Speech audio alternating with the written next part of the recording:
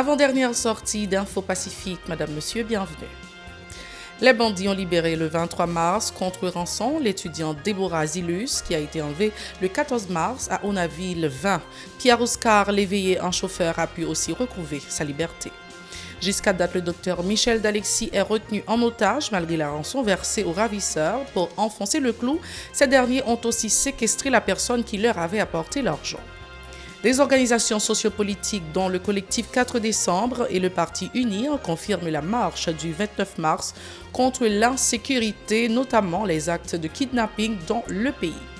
L'organisation non gouvernementale Human Rights Watch appelle à la fin des opérations de déportation des migrants haïtiens.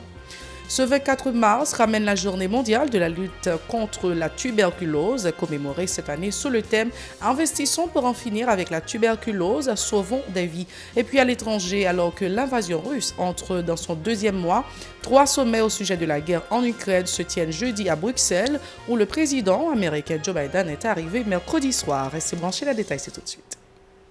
Si vous jugez que cette vidéo est intéressante, n'hésitez pas à liker et partager la vidéo. Et surtout, n'oubliez pas de vous abonner à cette chaîne et activer la cloche de notification pour ne pas louper aucune de nos vidéos. Si vous nous rejoignez maintenant, vous êtes sur la télé Pacifique, vous suivez Info Pacifique, le développement. Les bandits ont libéré le 23 mars contre rançon l'étudiant Déborah Zilus qui a été enlevée le 14 mars à Onaville 20. Le montant de la rançon n'a pas été précisé. Les malfrats ont aussi relâché Pierre-Oscar Léveillé, un chauffeur qui a été kidnappé le 11 mars à la rue des Renoncourt. Une rançon a été également versée aux ravisseurs. Toutefois, les ravisseurs retiennent toujours en otage le docteur Michel D'Alexis en dépit du fait d'avoir reçu l'argent qu'ils exigeaient en échange de sa libération. Qui pisait, ils ont séquestré la personne qui a été délivrée la rançon. Des organisations sociopolitiques dont le collectif 4 décembre et le parti UNIR, Union nationale pour l'intégrité et la réconciliation, confirment la marche du 29 mars contre l'insécurité, notamment les actes de kidnapping dans le pays. Lors d'une conférence de presse jeudi, le responsable du dit collectif, Jean-Robert Argan, convie tous les secteurs à cette mobilisation en vue d'amener les autorités à mettre les malfrats hors d'état de nuire. Écoutons Jean-Robert Argan au micro d'Ezra Jeudi et Joseph-Philippe François.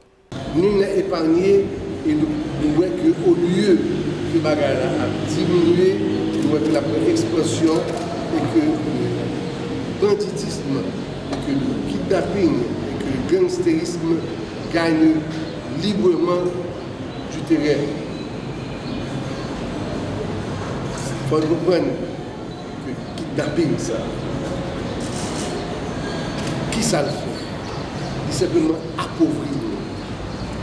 C'est aussi que décider cultiver appauvrissement et que plus devant nous récolter la misère.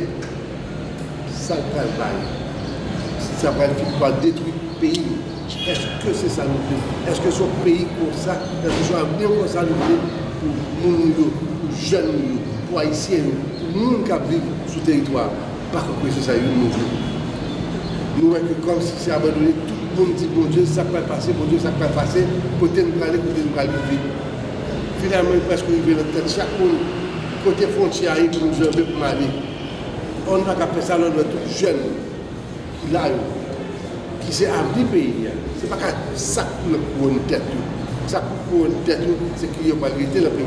Et c'est nous qui pouvons mettre en place, ça nous besoin que les jeunes qui disent ok, le pays, c'est pas moi qui travaille là-dedans. Nous ne pouvons pas prendre un bon jeune qui finit formé et qui a toute énergie, qui s'appelle jamais frontière à l'énergie, notre moto, alors que le pays nous a. Des promoteurs de l'accord de Montana, parmi eux l'ex-sénateur Francenet Dénius, ont également apporté leur support à ce mouvement anti-kidnapping. L'ex-parlementaire en a profité pour appuyer l'idée d'engager des pourparlers pour sortir le pays de la crise. Toutefois, il a mis en avant le caractère illégitime de l'équipe au pouvoir qui constitue un handicap au déblocage de la situation globale du pays. Francenet Dénius. Et sous mobilisation qui commençait à prendre j'arrête plusieurs côtés dans le pays.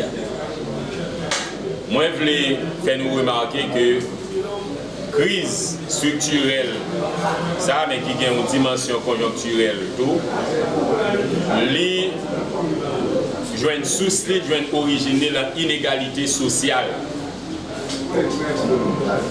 qui est créée par un État réactionnaire qui établit avec la population des rapports qui par chita sur dignité moun, qui par mettre moun au centre de préoccupation.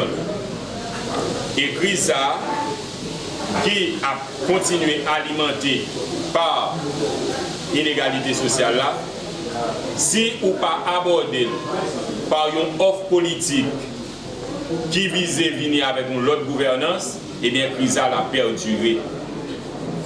Et c'est dans ce sens ça, initiative qui prend Mondana par des acteurs de la société civile et des partis politiques, eh bien, les viser par une autre offre politique qui chita sur l'autre gouvernance, mais qui attaque surtout, eh bien, bataille contre impunité, bataille contre corruption, bataille pour nous rendre l'État plus égalitaire. C'est une proposition ça que ACOA l'y fait et c'est dans ce sens ça BAM qui se bloque d'appui à l'accord de Montana, l'hypothèse à deux bras projet ça et a fait toute salle capable pour si projet a atterri pour bien-être peuple haïtien. Le syndicaliste du club bénissois dit soutenir aussi la manif contre la cherté de la vie et l'insécurité galopante. Pour lui, les agents de l'ordre ne sont suffisamment équipés pour affronter les malfrats qui imposent leurs lois sur le territoire. On l'écoute. Il n'y a pas de problème, il n'y a pas foncièrement contre nous. Ils sont système vrai, ils sont qui pour casser. Et c'est dans le cas de casser le système ça qui permet que les citoyens nous d'accord pour nous marcher. Mais pas marcher seulement. Mais pas marcher seulement. On a commencé à marcher. Parce que les gens qui pensent que les ici, ils ont dormi, ils ne font rien, comme si ils kidnappent chaque jour, ils relèvent, les docteurs relèvent, les professeurs relèvent, les étudiants relèvent, et les journalistes relèvent, et puis ça finit. Non. Coup, nous, bagarre arrive pour l'hiver, et la renverser, et c'est ça qu'on va faire là. Le 29 mars, appel à lancer pour tout le monde, pour nous venir dans Maïssa comme un début pour nous dire qu'il faut finir la question kidnapping. Le pays est mobilisé pour 29 mars, nous descendons dans la rue pour nous dire qu'il faut mettre fin à la question kidnapping. Mais si son marche nous va le faire après 29 mars, nous avons toujours le kidnapping. Mais nous sommes déterminés pour nous continuer à camper jusqu'à ce que nous finissions avec ça. Mais nous profitons de l'occasion pour nous dénoncer l'hypocrisie de l'Occident.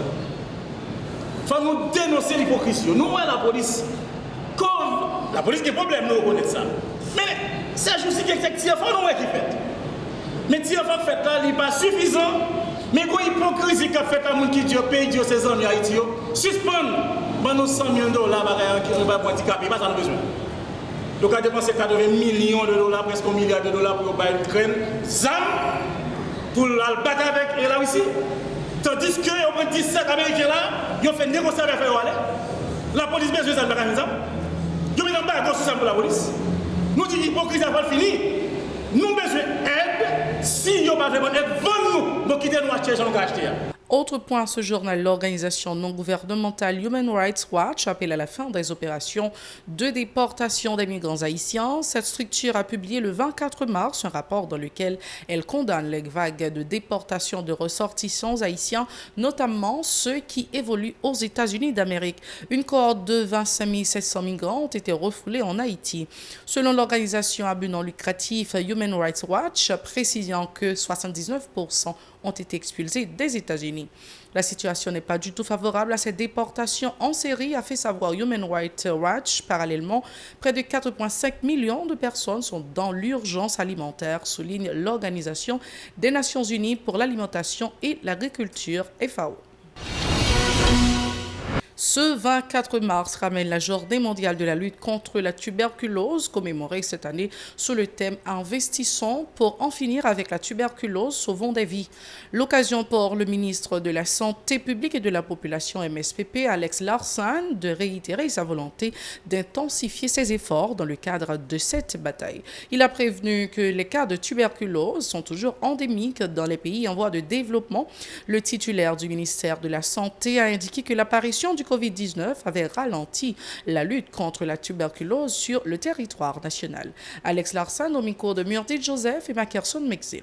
Commémoré dans près de 200 pays riches et pauvres, ce jour de façon symbolique vient rappeler au monde que la tuberculose est toujours présente et surtout insister sur sa vulnérabilité et la nécessité d'œuvrer pour son élimination.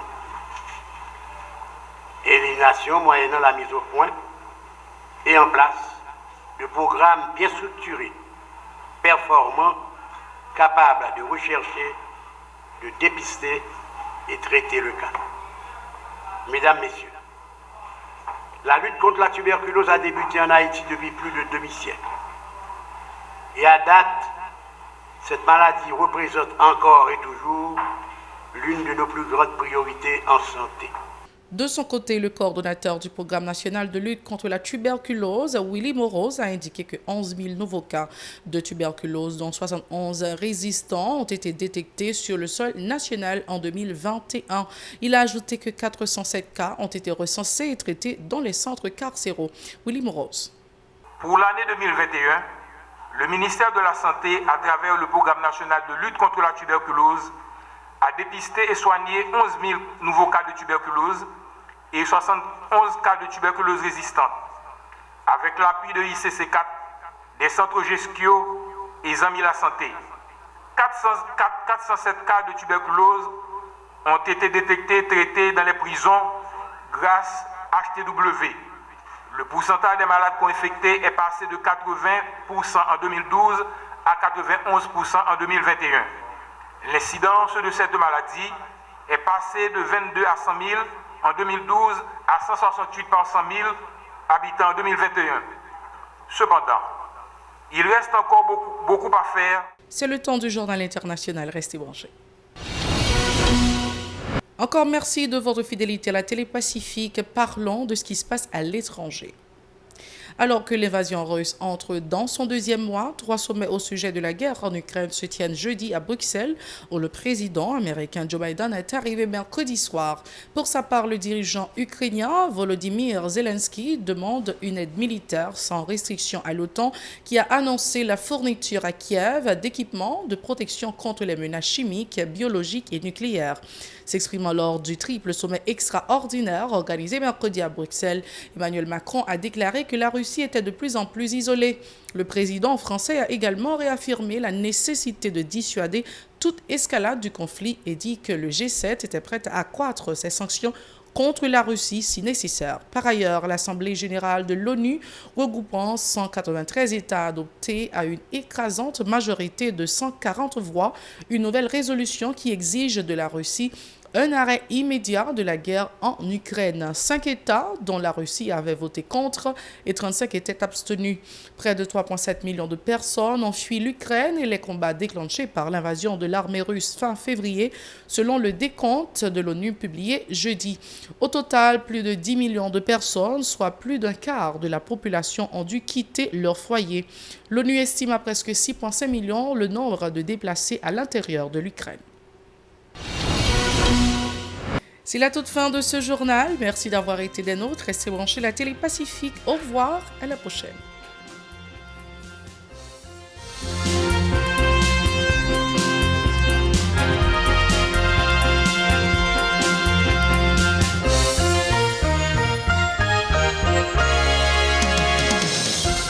Si vous jugez que cette vidéo est intéressante, n'hésitez pas à liker et partager la vidéo. Et surtout, n'oubliez pas de vous abonner à cette chaîne et activer la cloche de notification pour ne pas louper aucune de nos vidéos.